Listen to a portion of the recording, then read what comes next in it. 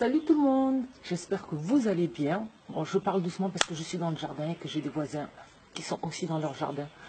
Donc voilà, je voulais vous parler bien sûr des crèmes anti-rides.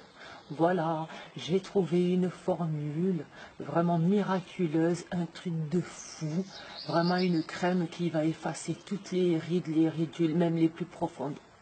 Bonjour, je suis Nadine Pomarène, dermatologue, et aujourd'hui je vais vous parler de l'entretien des peaux matures. Donc qu'est-ce qu'on met sous ce vocable de peau mature? En fait, c'est tout ce qui va concerner l'anti-âge.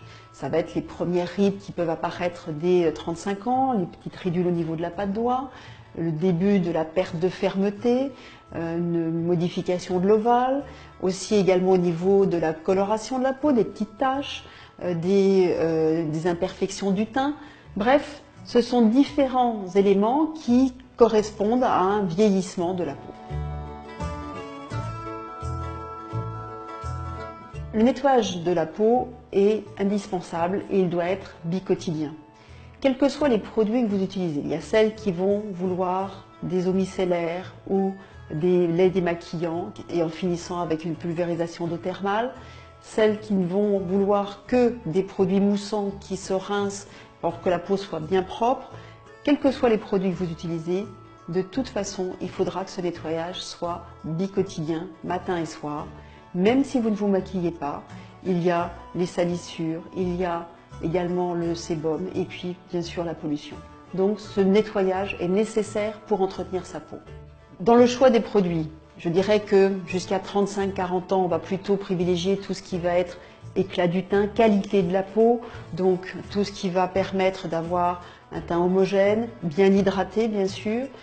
Passé 45 ans, on va être plus dans une problématique de rides, voire de perte de fermeté, et c'est ça qui va vous guider dans l'achat de vos produits. Et surtout, on se maquille. Le maquillage protège votre peau de la pollution, dans une certaine mesure des UV, et surtout lorsqu'on part déjeuner, on se repoudre ou on se remaquille. La cigarette, après le soleil, c'est l'ennemi de votre peau numéro 2. Et on limite surtout, dès 35 ans, on limite largement ces expositions solaires car clairement, ça va faire vieillir plus vite votre peau. Et bien sûr, on ne fait pas de séance d'UV.